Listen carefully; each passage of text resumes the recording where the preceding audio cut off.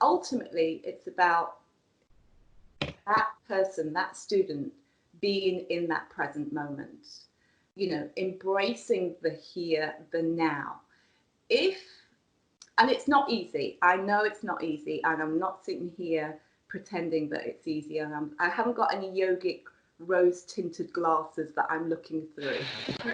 I know, I know this shit not easy, but it's about taking tiny little steps. So I'll use, when you start running, when you start jogging, you don't think after 3 days you can go out and run 26 point however miles it is to do a marathon, do you? You do tiny little steps, and you make progress. And the same thing can be applied to mindfulness. Even if it's just 5 minutes that we do in a class, the important thing is becoming in that present moment. And once you're in that present moment, everything else just kind of slots into place. You stay in the here, you stay in the now. Never mind about what you're having for tea, what the state of your relationship is like. I don't know what from Sainsbury's later. It doesn't matter. To get the most out of your yoga practice, or whatever it might be, being in the present moment and just doing a little bit of mindfulness at the beginning of yoga helps you just to have a little bit of a clearer mind. But as I said, I know it's not easy, and the more you practice, the better you become. Absolutely. And do you find that in regards to mindfulness, once you've practiced it, do you feel like it's easy to then be mindful in other aspects of your life, like a conversation, going for a walk, eating? Absolutely. Yeah, that's a really good point, Maggie. That's a really good point.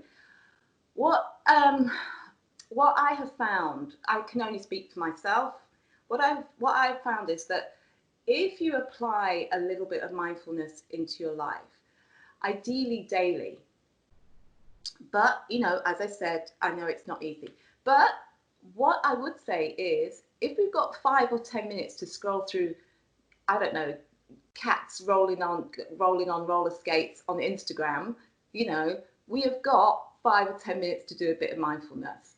Now, I'm a crazy cat lady, and I like to look at cats on Insta. But I also have a balance. So if you do a little bit of mindfulness daily, whether it's 2 minutes, 5 minutes, 10 minutes, you will then see the domino effect it will have in terms of, walking mindfully. I'm a driver, I don't know if you two drive, but I've found that there are times when I just think mindfully, if somebody's cut me up, I think, whoa, let's just take a step back and think about this. Does it really matter does it really matter if I react in a certain way that could not be mindful, if that makes sense? Does it matter? So before doing mindfulness or some kind of meditation, if somebody cuts me up, to give you an example, well, I think it would have been a whole different scenario. But how does that help me? How does that help somebody else? Absolutely. But the benefits really, really are immense. Calmness, blood pressure, really having a really good outlook on life, better sleep, anxiety, things like depression. I'm not saying it's an overnight cure, but if you didn't have mindfulness and meditation, let's look at it that another way. If we didn't incorporate mindfulness and meditation in our lives, imagine, how less sleep we might have, how more anxious we might feel, how our outlook on life could be so much more different. Mm-hmm. Yeah, I think that's fantastic. I think when you have a calm mind, you're less reactive. And when you're less reactive, you can think, is this situation, if I really have a go at this person right now, if I respond in this way, is that really going to give the effect that I want in the long term?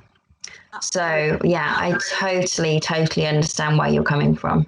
And like you said, sleep. I mean, sleep has, if you don't have a good night's sleep, it has an impact on your day in so many different ways. You know, you can become more emotional, you can become less rational.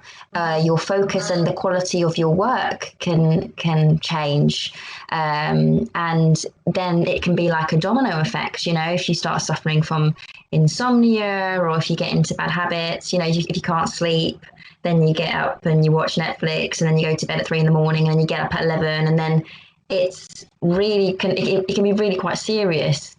So I think incorporating that mindfulness every single day and just calming the mind makes it much more conducive to a good night's sleep, really. Yeah. I absolutely.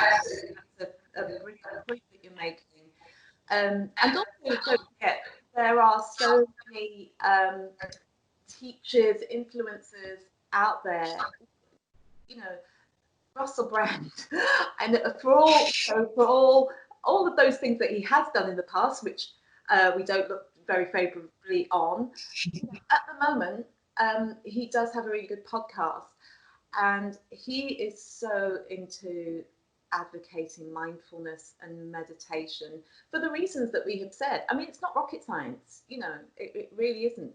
And he makes a lot of sense about the advantages and the benefits of mindfulness and meditation.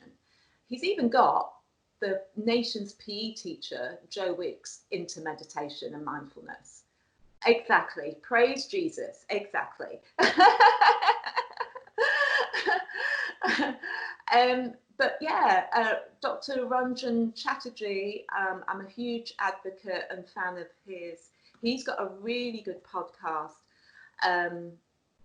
Live Better, Feel More. I think I've got that right. But if you just put Dr. Ranjan Chatterjee in your, wherever you find your podcast, you'll find his podcast. And he is a real advocate of mindfulness, meditation, and incorporating that into your everyday life, even if it's just 5 minutes.